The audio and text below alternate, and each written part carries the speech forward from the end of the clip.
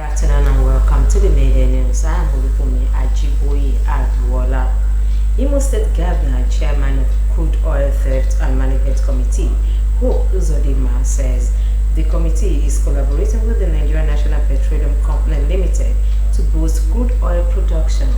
Governor Uzodinma made this known while speaking to newsmen in Abuja after a closed-door meeting with governors of oil-producing states, top officials of the NNPCL and the Nigeria Upstream Petroleum Regulatory Commission.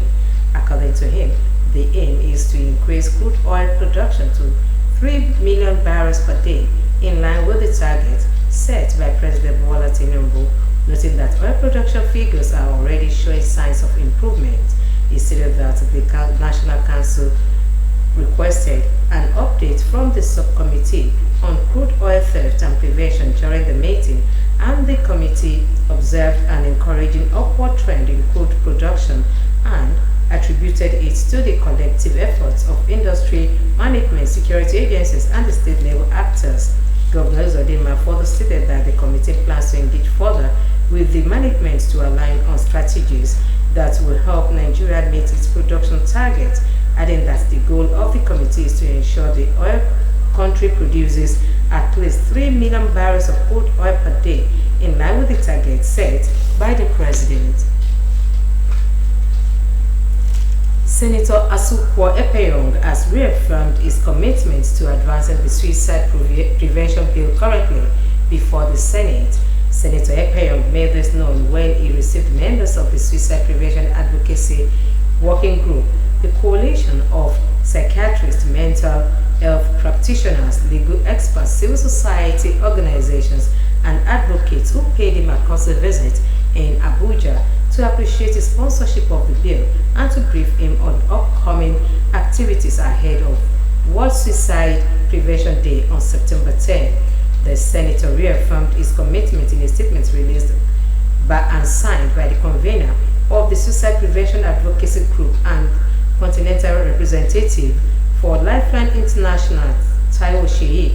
The bill, which passes its first reading in February this year, seeks to decriminalize attempted suicide and establish a comprehensive framework for suicide prevention and mental health support in Nigeria.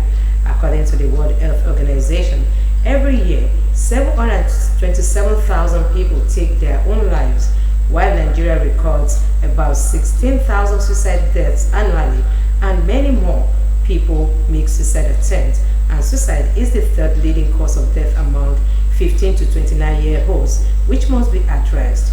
Speaking during the visit, Professor Sheikh, convener of the Coalition Continental Representative for Lifeline International and former president of the Association of Psychiatrists in Nigeria, said the law criminalizing attempted suicide has become a major barrier to help seeking in the country.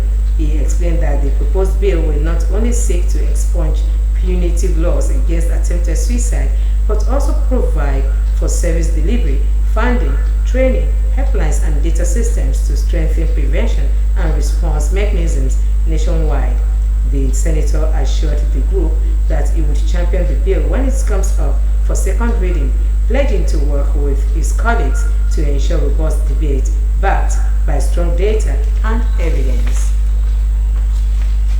The Socio-Economic Rights and Accountability Project, SERA, has urged the federal government to reverse the new passport fees announced by the Nigerian Immigration Service, describing the increase as arbitrary, unlawful, and discriminatory against poor Nigerians. The plea was made known in a letter by the SERA Deputy Director, Kolawole Oluwadare, saying the decision would amount to a denial of access to passports for millions of socially and economically vulnerable Nigerians. It indicated that the hike comes less than a year after a similar upward review last September, as millions of disadvantaged Nigerians cannot realistically afford to pay the increased fees. According to the organization, Nigerians who cannot afford to pay the excessive fees would be denied the effective enjoyment of their citizenship rights conferred by the Nigerian Constitution 1999 as amended, and human rights treaties to which the country is a state party. It cautioned that the unlawful increase in passport fees at a time the country is facing economic and financial crisis would contribute further to the impoverishment of the population, giving the federal government 7 days to comply with its demand or face legal action. Recall that Nigeria Immigration Service had disclosed that effective tomorrow, applications within Nigeria would cost 100,000 naira for the 32-page 5-year validity passport and 200,000 naira for the 64-page 10-year validity passport. Moving on to sport, the Nigerian Women Football League NWFL champions Bayelsa Queens will face USFA of Burkina Faso in the semi-final of the WAFB Women's Champions League. Reports say that NWFL champions finished top of Group B after a 4-1 demolition of Samnelli of Benin Republic as Janet Akerokomowe, Shakirat Moshood and Alaba Olapiye got the goals for White Ubunda's side. It was learned that USFA finished second in Group A behind its host ASEC Mimosas, while the encounter between Bayelsa Queens and USFA will hold in Yamoussoukro on Tuesday night, and ASEC Mimosa and Police Ladies of Ghana will clash in the other semi-final fixture. The winner of the competition will represent the zone at the 2025 CAF Women's Champions League. While on the foreign scene, Zimbabwe's President Emerson Mnangagwa has met Pope Leo XIV at the Apostolic Palace in the Vatican. According to the Holy See Press Office, the discussion in the Secretariat of State focused on the positive relations between the Holy See and Zimbabwe.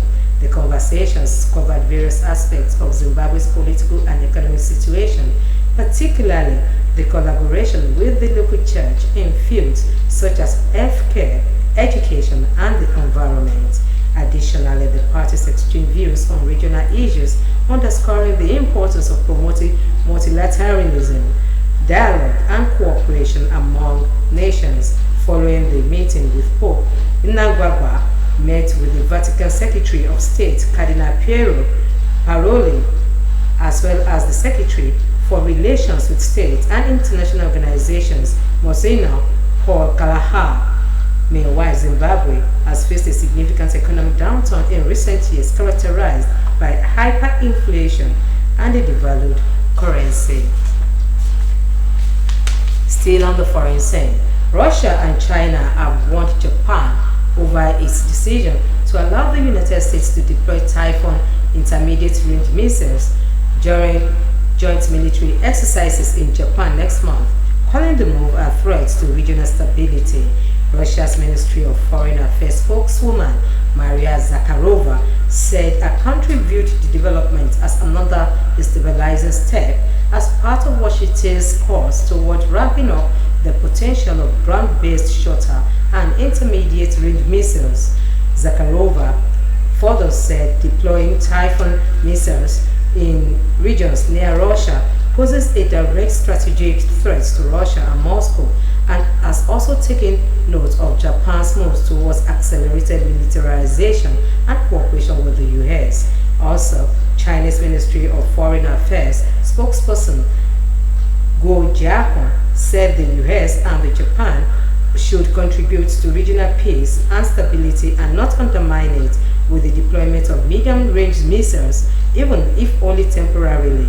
Guo said China called on Washington to draw lessons from history and devote more effort and resources to doing the right thing rather than the other way around. According to reports, the Typhoon system is part of the drive by Washington to amass a variety of anti-ship weapons in Asia. It was unclear if Typhoon missiles would be fired as part of the Resolute Dragon exercises between US and Japanese forces that run from September 11 to 25. And that ends the media news on OSBC TV. Do join us at 5 for the evening news. Good afternoon.